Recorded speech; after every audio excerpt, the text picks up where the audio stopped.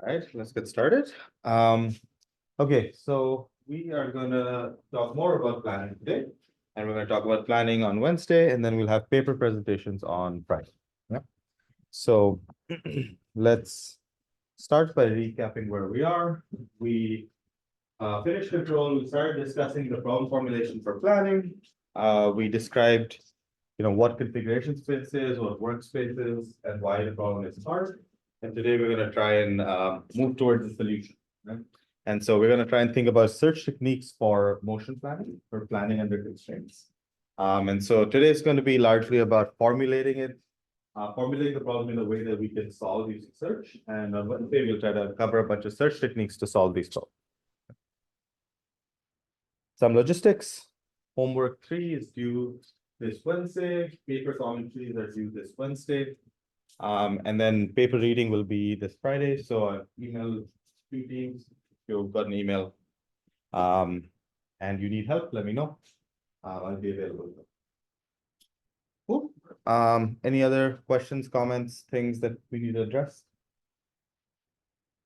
One quick thing my TA has asked me to mention is please don't bring food into the lab. I think someone left a mess last week and that makes it hard for everyone. So, if you see people eating in the lab, just, let's try and keep it clean and a good space for everyone. Cool. Okay, so today's lecture is structured, but first, finishing up our description of why the problem is hard and trying to cover what we call differential constraints or differential constraints. And then we will start thinking about a recipe for solving motion planning problems and try to lay out the problem in a structured manner so we can solve it. We'll think about how we can actually construct graphs to solve motion planning problems in high-dimensional spaces. And then we touch really briefly on how we can start formulating this as a search problem, right? And so that's going to be our structure today. Why is the problem hard? What's the recipe? How do we construct graphs to solve? And how do we solve the graphs? Right?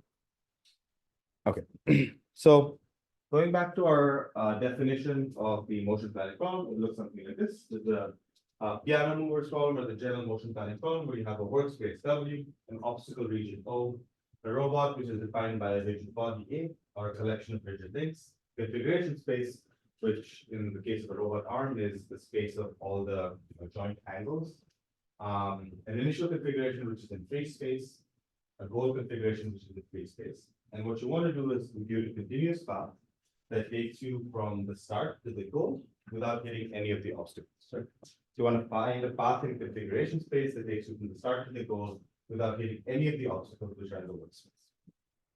And as we talked about last time, the issue is that simple obstacles in the workspace become complicated, non-convex, messy obstacles in the configuration space. And so that's what makes this problem untrue. Yeah, you remember what we did last time? Okay. So this is the general motion planning problem.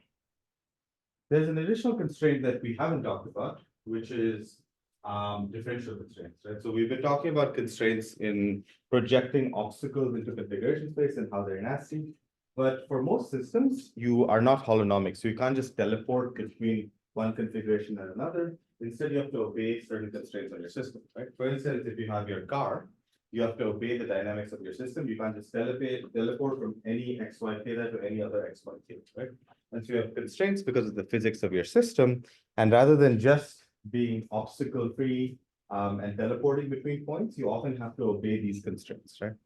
And so when you have something like a car, the system evolves according to this function. And so we've covered this in many different contexts. We covered it in filtering with our dynamics model. We covered it in control with our motion model, right? And so the car cannot move arbitrarily to different points in configuration space.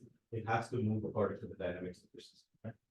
And so you have these differential constraints. And whenever you find a collision-free path through the space, you have to ensure that it obeys these differential constraints. Yeah. And so if you kind of think of this graphically, in case you could teleport through the space, you just need to project your obstacles from workspace into configuration space, find a path through them, and you can teleport through everything there. Imagine you had a robot that could just teleport to space. But when you have systems like cars, you actually can't do that. You have to obey the dynamics of your system, and that makes it hard. Right? So it's a different type of hardness than obstacles. Obstacles are even in cases where you have a holonomic robot, imagine your robot could move arbitrarily in any direction. Even then, the obstacles are hard when you project into configuration space. But you have an additional issue when you have constraint systems like a car, and these are called differential constraints, right? Does that make sense? So whenever you do motion planning, you have to ensure that you're not just creating paths that are unfollowable through a control method. You instead have to make sure that the planning method also takes into account these differential constraints. Right, and so this is true when you have things like, a car backing in, or even worse, is like a truck backing in, right?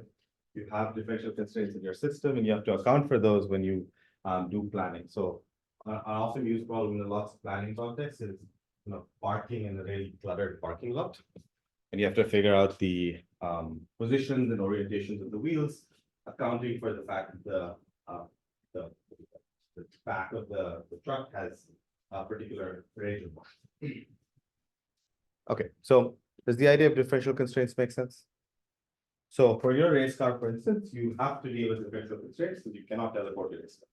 And so that's going to be particularly important. Okay, this is true for not just cars, but also for things like planes or most physically constrained systems. It's often not assumed to be true for robot arms. In robot arms, you could typically, like, in a small enough space, you can kind of interpolate in a reasonable way between different joint configurations. Sometimes that's not true, but oftentimes when you do motion planning for robot arms, you don't explicitly deal with that. But when you have vehicles or trucks or cars or planes, you often have to deal with these. Okay, so when you do motion planning under differential constraints, you're given a world which has obstacles, configuration space, robot geometry, and robot dynamics. You have the state space X and action space U. You have the dynamics of your system, which is coming from your motion model, like we just described, right? Car can only move in certain angles. And then what you try and do is, given an initial state, a final state, and some cost function, often which is this pathway. You're trying to find an action trajectory that satisfies these boundary conditions or satisfies these differential constraints, stays in the free state space, stays in collision-free space, and minimizes cost to go from start to the goal.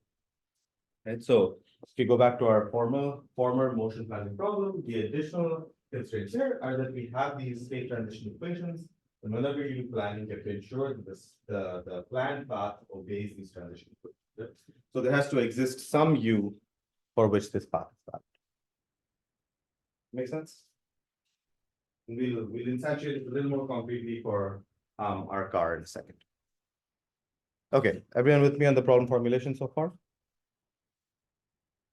Okay, so if we think about what the challenges are in motion planning, the first challenge we talk about is when you have obstacles in workspace, projecting them into configuration space is difficult, non-convex, non-trivial, right? We often have a really high dimensional space. You have a humanoid, you're trying to plan with some 35, 40-degree freedom system, right? And that's often pretty slow, pretty high dimensional, huge space to search through. And then you have things like under-actuated dynamics or constraint system like your car, or helicopter, or plane, and that does not allow for this direct teleportation between different spaces, right? And so when we think about why a motion planning problem is hard, there's usually some combination of these three. So if we think about, search in games like chess, a lot of these problems don't exist, right? There's nothing like configuration space obstacle that doesn't exist in chess. It's not actually a huge high dimensional space.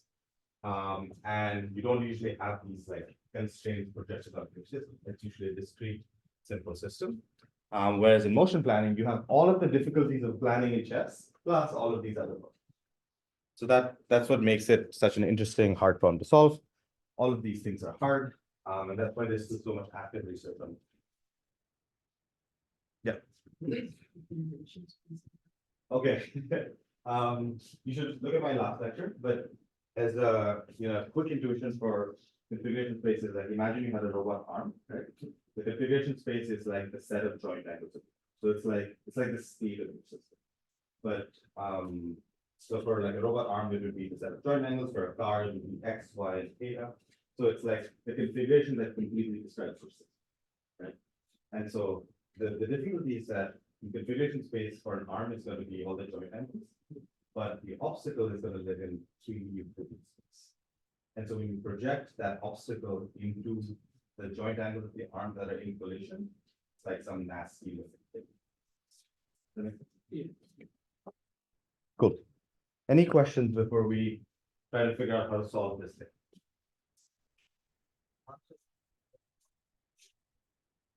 Sorry? So I think arms are complex for a different reason, right? So arms are complex often because the dimensionality is higher. But they don't have the same type of differential constraints. So like a car has dynamics, it has speed and velocity and it only steers certain angles. Whereas an arm often you do is like move the joints whatever way you want. As long as they obey for kinematics. So I think the difficulties are very different. Like the difficulties in a vehicular system are typically dynamical difficulties, and the difficulties in an arm are kinematic. You have that high degree of freedom system, lots of clutter, and the obstacles are kind of nasty. Right? Okay. So this problem is going to be really hard. We're not going to get exact solutions that are perfectly optimal.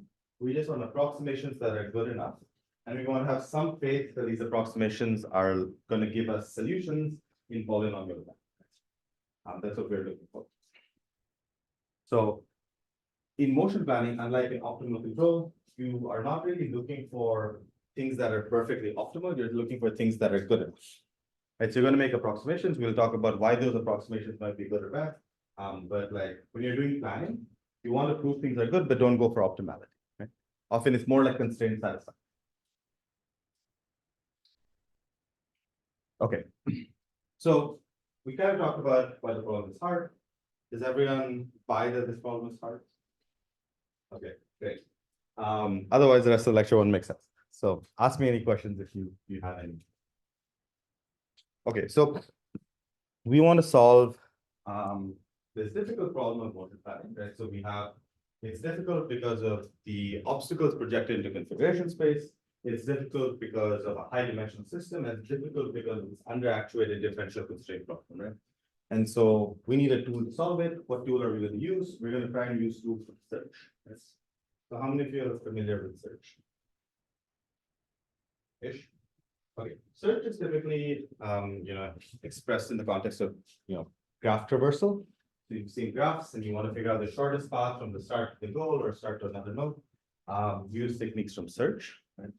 And search is it's like a good old fashioned AI technique. It's from the 60s or the 50s or even before that. You're trying to do a lot of discrete operations to kind of search through this graph efficiently so that you can find the path from one start goal to one. That's typically the problem statement of search. But the problem I've described here does not look like a search problem, right? Nothing here. It's continuous space. There's no discrete actions. There's what are the nodes, right? Like nothing here looks like a search problem. It looks like really an optimization problem, right? And so what we have to figure out is how do we deal with these two issues of having a continuous space and hard to characterize obstacles to convert this complicated looking problem into a search problem, right? So we have a continuous space, high dimensional problem. All of these constraints does not look like a graph, right? There's no graph. And we need to try and take this problem and convert it into a search problem. Because then we can use all the tools from search. And we'll invent some new ones, but generally the tools for planning are the same as the tools for search. We just need to think about how to convert that problem into a searchable problem. Yeah. Okay. So we're going to use two key ideas to do it, right? The first idea is that, okay, we had difficulty in computing these configuration space obstacles, that it is hard to take these obstacles in world space and project them into things in configuration space. So we're not going to try and explicitly characterize the obstacles in closed form. Like if you remember last lecture, we tried to draw these weird shapes with all the obstacles. We're not going to try and do that. Instead, we're going to just assume access to a collision checker. So what a collision checker is going to do is going to take in a configuration of your system and then tell you, is my system in collision or not? Okay. And one way to do that is with a simulator. You took a simulator, you just applied, a particular configuration of your robot arm, check if it's in collision or not. And the second thing we're going to do is we're going to deal with the fact that you're planning in this continuous high dimensional space. And we're going to approximate it by doing a discrete graph approximation of the continuous space. So we're going to say, let's take our big continuous space and let's reduce it into a discrete graph. Right, so those are the two big ideas in motion planning. We're going to not try to explicitly compute these configuration space obstacles because they're kind of nasty, right? And the second is we're going to try and take our big continuous problem and discretize it so that we can solve it. Does that make sense? Now, on the face of it, it seems like a terrible idea. I told you it's a 30-dimensional system. And you're telling me to discretize it. That's crazy. Right? And if I have just a collision checker, how is that going to solve my configuration space problems? So what I'm going to try and convince you in the next 40 minutes or so is that it's not such a bad idea. So it's not going to return you perfect solutions because you're going to introduce approximations, but it's going to return you good enough solutions for use on a robot. Yes. So the idea of search is that we're going to try and take this high-dimensional, continuous optimization problem where we want to go from start to goal, avoiding obstacles or basic constraints. We're going to try and convert it into a discrete search problem. So we're going to try and convert it into a discrete number of nodes, which are connected by some edges, right? And then we're going to try and search the resulting graph to find the shortest distance from a start to a goal, right? So you're going to have some node that corresponds to your starting configuration, some node that's going to connect to your goal configuration. You're going to have some connectivity, right, based on the structure of your problem. And then we're going to try seeing if there's a viable path to go from start to goal and choose the one that has been known. So that's the idea of using planning as search. And we want to use different techniques for discrete graph search. You can use explicit techniques, which try and say, let's take a whole graph, construct it in memory, cache it, and then search through it. And we also introduce a new class of graph search techniques, which are implicit sampling-based search techniques, which construct the graph on the fly. So the explicit ones say, let's take a big thing, discretize it, get a big graph in memory, search through the graph. The implicit ones are saying, you know where you start, you know where you end, you're going to construct the graph on the fly to find the shortest path from the start to the goal. Okay? And so one is going to be more memory efficient as well. Okay. So the questions we need to answer are, okay, I told you we're going to take this complex search problem and continuous problem. We're going to convert it to a discrete search problem. Well, how do I do that? Right? And the second thing I've told you is that we're going to find these efficient techniques for discrete graph search. Which techniques should we use? How should we instantiate them to be efficient in these high-dimensional problems? Right? And so what we're going to try and answer today and on Wednesday is the answers to these two questions, right? How do we convert things into a search problem? And what techniques should be used for discrete graph search? Okay. So to give you a little sneak peek, the way we're going to convert this into a search problem is through sampling. We're going to try and do sampling to convert a high-dimensional continuous problem into a search problem. And then we're going to try two different techniques for discrete graph search. The first is a best first search technique. Right? So things like Dijkstra's algorithm or A star, things like that are best first search methods. And the second thing we're going to try is these implicit sampling-based graph search methods, which are like RRT, RRT star, algorithms that we use a lot in practice now, which construct the graph. Okay, everyone with me so far? Okay. So the basic structure of any sampling-based motion planning problem is you're going to start with your big continuous space problem. You're going to try and create a graph in that problem. Then you're going to try and search the graph, find a solution. And sometimes you go back and update your graph. Then you're going to search your graph, sometimes you update your graph. And so the two steps that we really need to think about are how do we create the graph, and then how do we search the graph? Right? So how do we take big continuous problems, create a graph, and then how do we find efficient ways to search that graph to find solutions that are shortest path, collision free? Okay. So any sampling-based motion planning algorithm that you develop is typically some combination of graph construction plus some fancy search algorithm with 20 pages of math and some plus for efficiency, right? And so anytime you see I've linked these two fancy motion planning papers, most of it is fluff. It's mostly how do you construct the graph and then how do you do fancy search, right? And fancy search is just trying to use the structure of the problem to be as efficient as possible. So if you ever read a planning algorithm, try and break it up into how are they constructing the graph and what is their method for search. Okay, So that's the general recipe that we're gonna have for solving motion planning problems. We're gonna take a continuous problem, we're gonna discretize it into a discrete graph. And then we're gonna try and use search techniques from good old fashioned AI to solve this graph. Does that seem easy? More or less?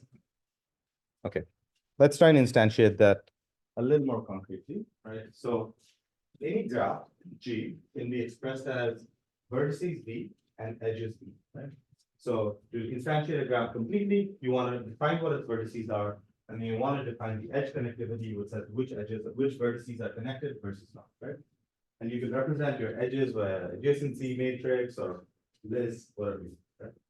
But what we're going to think about today is how do we start by constructing the right vertices for this graph, and then how do we figure out the edge connectivity? Yes. And so there's going to be two steps. The first step is we're going to define the vertices of your graph by sampling collision-free configurations in your space, right? And then the second step is you're going to find which different configurations. So think of this as your configuration space, right? So it's two-dimensional for, let's say, your point robot is X and Y. But it's a little hard to visualize a 10-dimensional thing, but you can think of a 10-dimensional space with your robot arms. The obstacles lie somewhere in that space. You're going to sample a bunch of points in that space, and those are going to become your vertices for your graphs, right? And then the second thing you have to figure out is once you have the vertices, which vertices are connected through a collision-free path and which ones are not, right? Because you really don't want to correct vertices like this and this, because you go straight through the obstacle.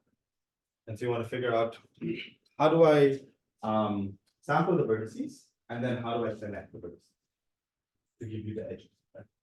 And why is connecting the edges difficult? I'm looking at this graph, I just like, I connect the lines and see if they go through the obstacle. Seems easier. What makes this hard?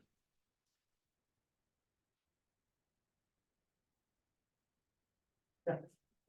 The dimension might be high. Dimension might be high. That's definitely one problem. The dimension might be high is often a bigger problem for like the number of vertices that you need becoming really crazy high. But also your intuition fails at high dimensions. So yeah, that's definitely a problem. So a big issue here is that we said projecting obstacles from workspace into configuration space is really, right? So we are not going to have these obstacles in this form. These obstacles are really hard to project into configuration. And so we have to find a way to use a collision checker. A collision checker is basically, it takes a point, tells me whether it's in collision or not, but it's hard to get closed form obstacles in high dimensional spaces, right? And so we don't have an explicit form of the obstacle, which is going to make it hard to actually connect the edges. That's what's going to make it complicated. Okay, do these steps make sense? Okay, so let's try and go through them in some detail, right? So the first step is we're going to try and define what the vertices of our graph are in an efficient way. Right? So the most obvious thing you can do is take your n-dimensional space, just make a lattice, right? Take every dimension, make it into 10 different bins, right? Or 100 different bins, and now you have 100 to the dimension overall bins or overall vertices, and then you just write it. So this is just like uniformly spaced along different dimensions. You just get a lattice across the whole space. So this is in 2D, now you did this in ND space. And then you discard the vertices that are lying inside the obstacles because you have a collision checker. So you have a collision checker which says, hey, these things are in collision, throw them away. To construct a lattice, throw away things in collision. What's good and bad about this?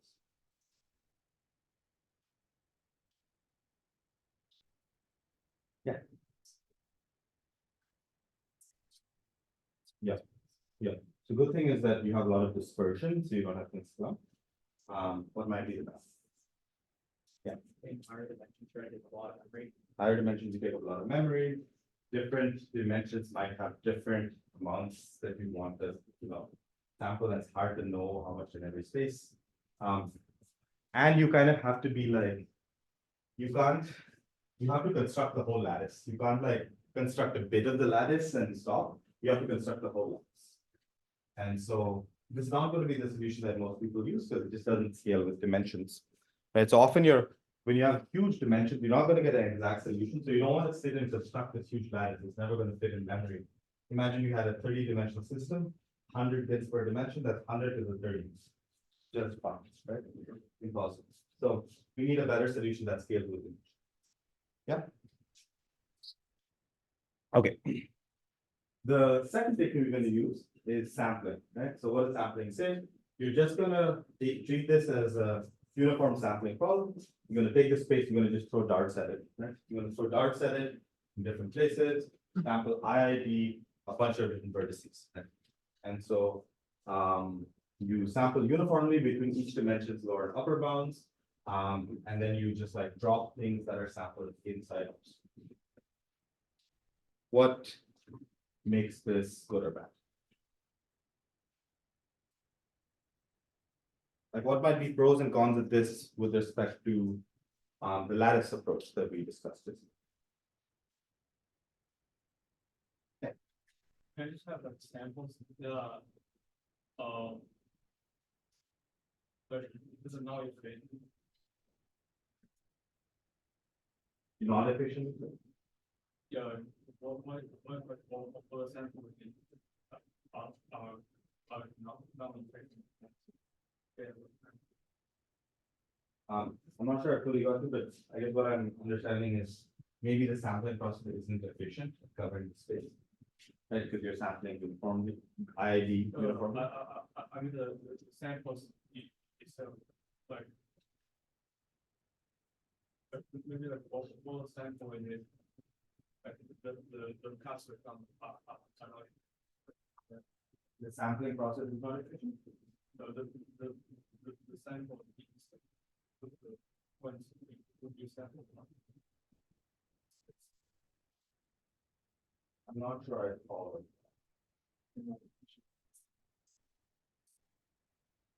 Okay, I see. Yeah, that's definitely a problem. Yeah, good call. So basically, if you don't sample the right vertices, like for instance, in this graph, you didn't sample the vertices here. And so you may not have an optimal path, right? And so you certainly sacrifice optimality. Good point. The other issue is cursor dimensionality, right? You have like n-dimensional samples, or you have n-dimensional space. You might need a lot of samples to cover.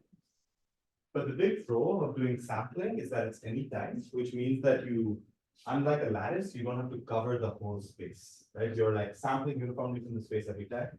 And as you sample more and more, like the thing gets denser and denser. Right? And so the point is that your algorithm is anytime, which means that if you have more computational resources, you get a denser graph. If you have less computational resources, you get a less dense graph. And what that says is that, like Sherry was saying, I think the graph might be suboptimal, right? But at least you will get a path that takes you from the start to the goal. Whereas with the lattice, you have exponentially scaling memory that you need, and you cannot control how big your graph is. And so the nice part about sampling is I can say I only want to throw in like 200 points, whereas with the lattice, it's much harder to do that, right? It's much harder to have things that are fine-grained. And the nice part about sampling is you can control how big or small your graph is depending on your problem.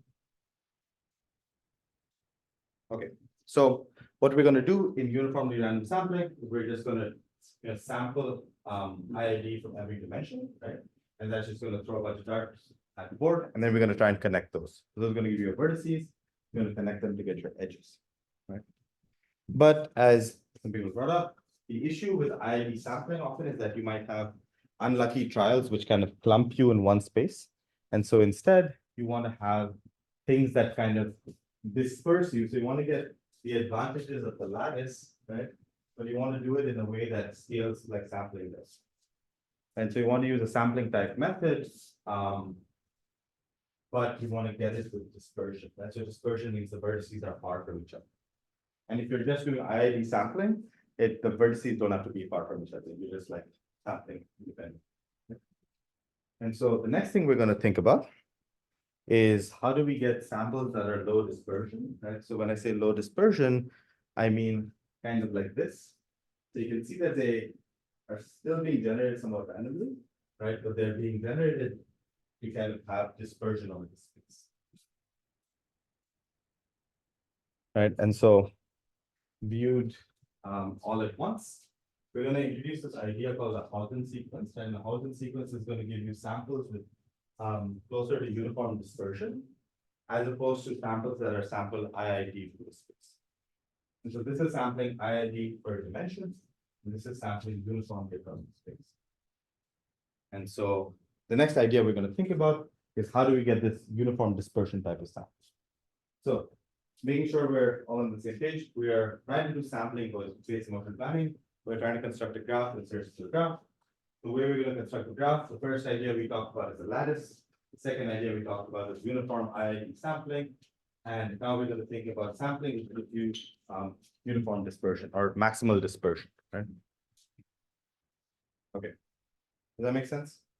Why we're doing this? The reason to have maximal dispersion is so that you can actually find solutions that are closer to. Okay. So before I go to the next slide with the solution, what's an idea? How might we do sampling which has uniform dispersion? Like how do you guys try and think about this problem?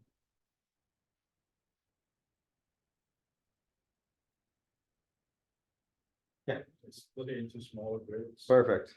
Split it into smaller grids, right? So we're gonna talk about this idea called the Van der Korpel sequence, right?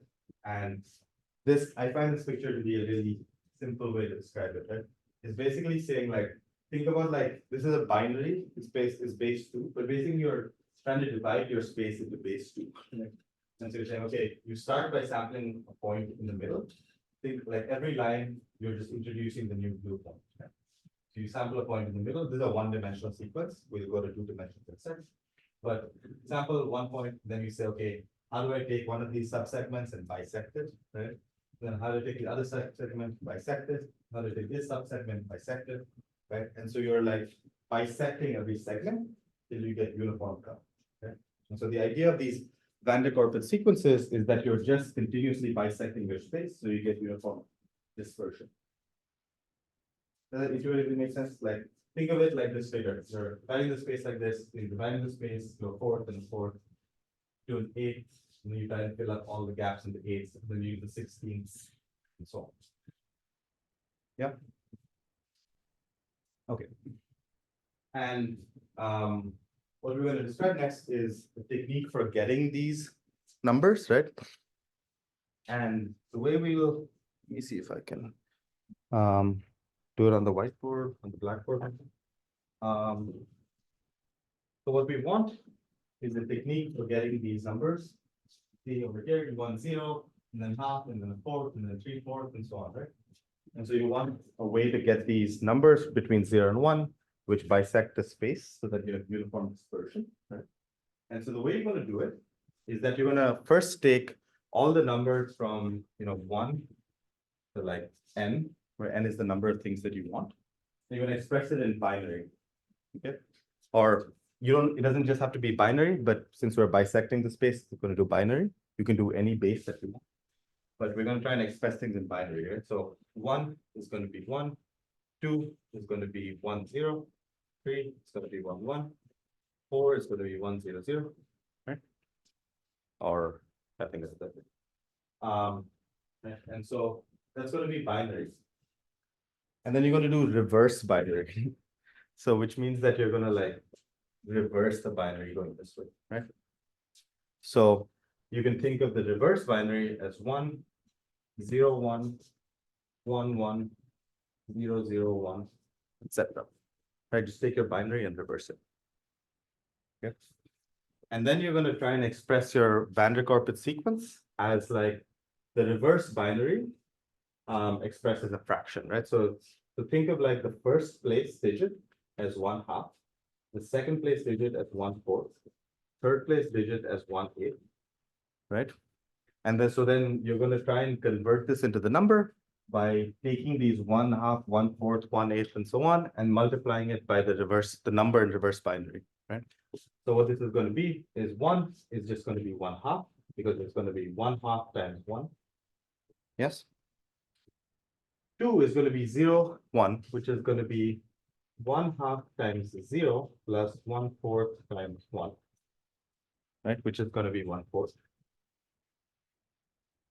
3 is going to be 1/2 times 1 plus 1/4 times 1, right? Which is going to be 3/4. Yeah. And 4 is going to be 1/8 times 1, right? And so if you look at the numbers that are being generated, you're getting 1/2, 1/4, 3/4, 1/8, so on, right?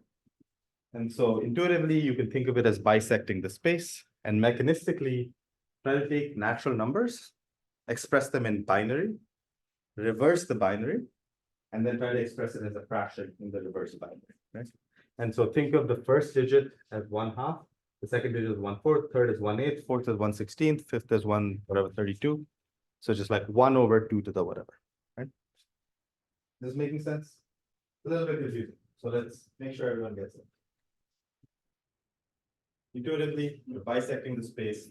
Mechanistically, take binary, flip the binary, then express it as a fraction. Yes? Everyone with me? Okay. There's a challenge exercise so that you're not lying to me. What is 5?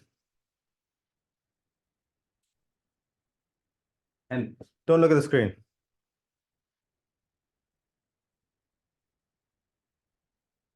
Okay, so 5 is 1, 0, 1. Okay. Reverse binary is 1, 0, 1.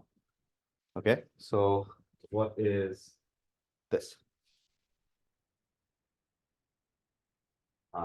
Times 1 plus 1/4 times 0 plus 1/8 times 1. And what's that going to be? 5/8. Okay, let's see. Wonderful. We got it. Yeah. So this is in binary, but you can express this in any base, right? Like binary is base 2. You can express this in base 3, in base 5, in base 7, right? Hexadecimal if you want, like it doesn't matter. You can express it in any base, and it's just telling you this is bisecting. You can trisect, you can quadrisect, right? You can divide into whatever different partitions you want, right? And that's just done by changing the base. Right. So the nice part about this, if you see, is that IID is not going to be uniform dispersion and this one, right?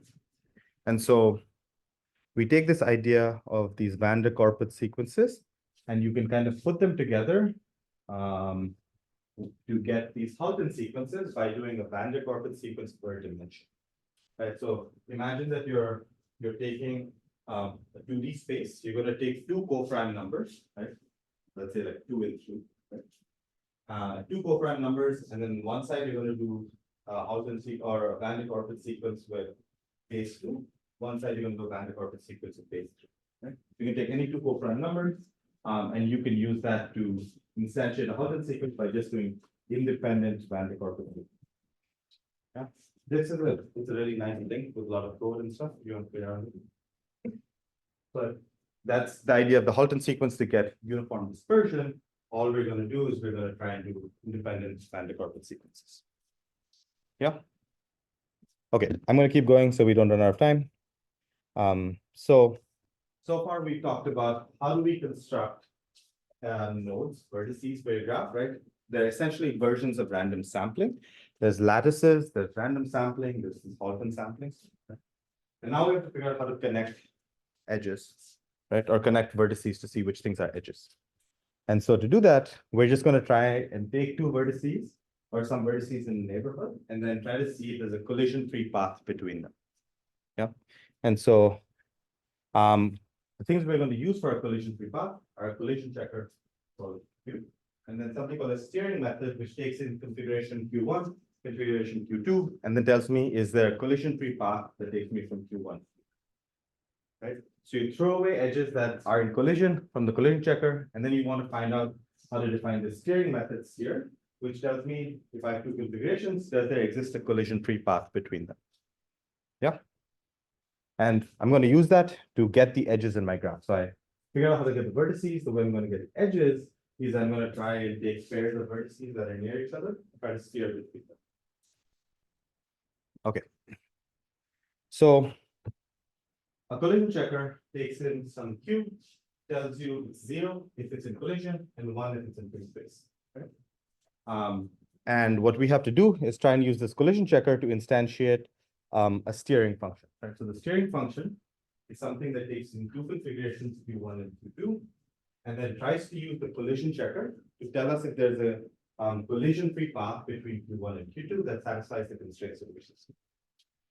Yes, so in our like graph example, going back to slides, it's going to tell us, okay, I have these two things, this node and this node. Is there a collision-free path between them? The answer is going to be no. And if I take this and this path and I try to steer between them, is there a collision-free path? The answer is yes, right? And so I just call the steer function over and over, and it gives me the graph that I can do search on, right? Okay. So how would I do steering? What's an idea to do the steer function? I have access to a collision checker. The collision checker tells me if things are in collision or not. How would I use that collision checker to construct the steering function?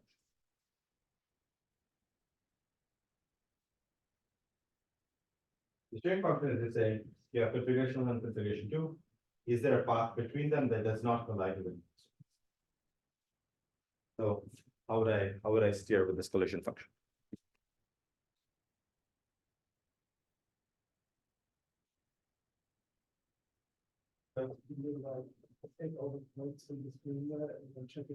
Perfect. Perfect. You just connect them in a straight line, take a bunch of points between them, check if they're in collision. And so you're gonna like take a line, divide it into a bunch of points, and then check if they're in collision or not, right? But it's gonna be, again, it's a similar type of problem. You wanna not check, it's a continuous line, so you wanna check some discrete set of points. How do you check the points? Well, you can try sampling uniform. You know, if you want to check by 16ths, you can try sampling uniformly. That might take a lot of time, because every time you call the collision checker, it's an expensive process. You have to run your simulator. Okay? So the number of times you have to call this thing to find if there's a collision or not might be really high. So instead, we're going to do the same thing, right? So what we're going to say is that, hey, we will, we're gonna start from Q1. We want to go to Q2. We're going to take the line connecting them, and then you're going to like do a Van der Waals sequence to step between them. Right? So you're going to start by checking the point at the 1/2 between them, then the point at the 1/4, then the point at the 3/4. And the idea is because that's uniform dispersion, that will find you the collision faster than anything else. Right? Does that make sense? Like the way to do steering is when you have no differential constraints, like you can teleport between points, then you're just going to connect the 2 points, sample a bunch of things in between, and then check if anything's in collision. Right? You're going to do it with this Van der Waals sequence. Everyone with me? Okay. So this becomes a lot harder when you have these race cars, right? And it's not just teleporting between things and obstacles. It's also trying to figure out how to obey the differential constraints, right? You're trying to say, okay, I can't just teleport from here to anywhere. I want to figure out like whether there's a valid path between things, right?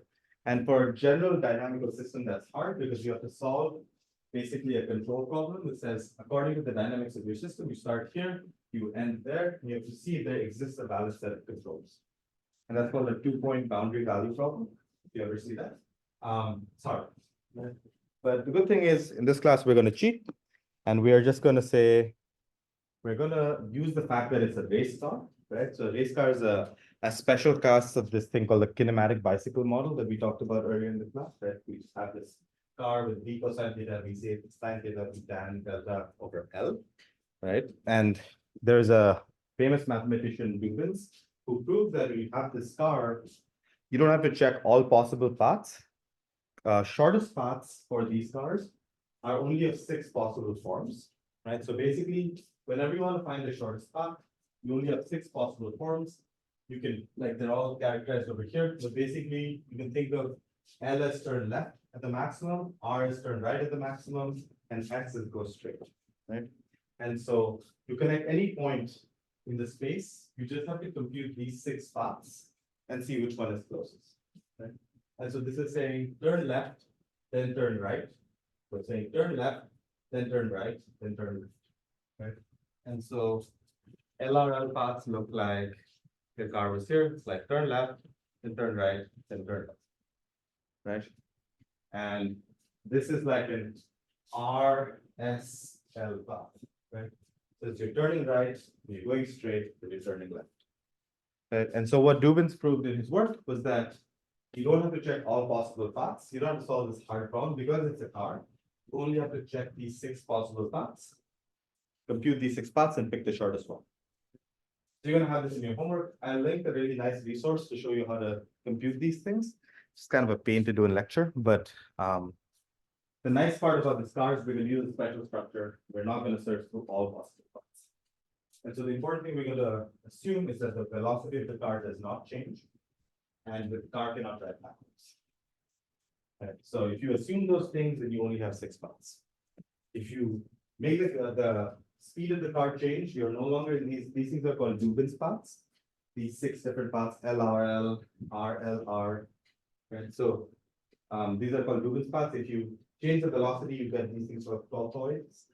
And if you change the thing to allow backwards motion, you get these Reed-Shepp curves. They're way harder. We're just gonna pick. Does that make sense? Okay, so how are we going to solve differential? So we talked about how do we deal with obstacles, where we're just going to connect the points, do this van der Waals sequence, see if things are in collision, right? And then how are we going to deal with differential constraints in the car? Well, we're just going to do these Dubin's paths, and we're going to say that the shortest distance is going to be one of these 6 Dubin's paths, right? So we're just going to compute these 6 things, use the best. Yeah. Okay, so let's put these pieces together, right? So what we've done is we figured out a way to sample collision-free configurations kind of uniformly with dispersion, right? And then we found a way to connect neighboring vertices with simple movements by using our steering function and by using these Dubin's paths, right? So that's the main things you need to take away from this lecture. Sampling gives you a way to convert this complicated continuous problem into a discrete problem. And then collision checking and some like clever sampling and Dubin's paths that you convert these raw vertices into edges for a complete graph. Right? And then once you have the complete graph, then we can start doing graph search on it. Okay, so any questions? I know we covered a lot. Does anything seem like I made a logical misstep? We should ask questions. Yeah. Do you say you have to keep constant velocity? Yes. For the Dubin, or Yeah, Dubin's paths. Yes. Yeah. What if you have like friction, like does the controller keep like correcting to make sure like your velocity is constant? That's a great question. We're gonna try and assume that the planner is gonna give you a path that will go into the low level controller, which is using LQR, PID or something. That's gonna try and keep your velocity. That's a great question. You should also look up, I find this like tortoids super interesting. They're basically like Dubin's paths where you can change the velocity. And so it's like a bigger family of things because you can go in like ovals and stuff because you're not just going in circles. But yeah, it's a bigger family. So in general, when you're solving these problems, you want to construct the optimal control problem that says, I start here, I end here, I have to obey the dynamics of my system, and I want to minimize costs. And I want to like find the best solution to that problem. And the problem is that it's like extremely hard to compute for general systems, nonlinear systems, and it's slow. So like every time I want to connect an edge, if I have to solve the slow problem, then it's kind of a pain. And so oftentimes what people will do in practice is they just like kind of approximate. Right? And so they approximate. And the other thing that they do is they say, okay, like I try to connect this point to this point, and I can't actually find a path that goes from here to here, but I can find a path that goes from here to here. So I like move this node over to here. Right? And so that's the like way that people approach. Okay. So going back to our overall process, we have a complicated motion planning problem. We've done discrete sampling, we've converted into a discrete graph. We've found the vertices and edges, and now we're going to do graph search, right?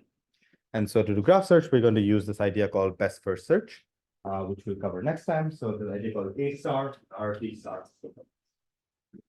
Thank you.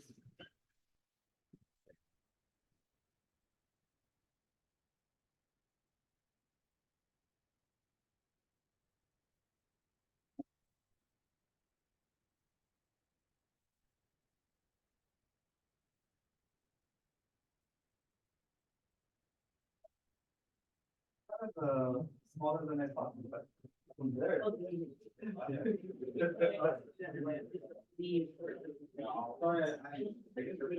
Sorry, yeah. Oh, wow. I think that makes sense. It's, I have a class like, you know, like.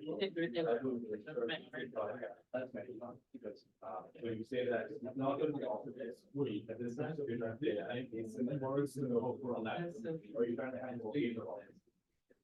Like, oh, because the house of all, the march, and yeah, number of something that. That's what we do.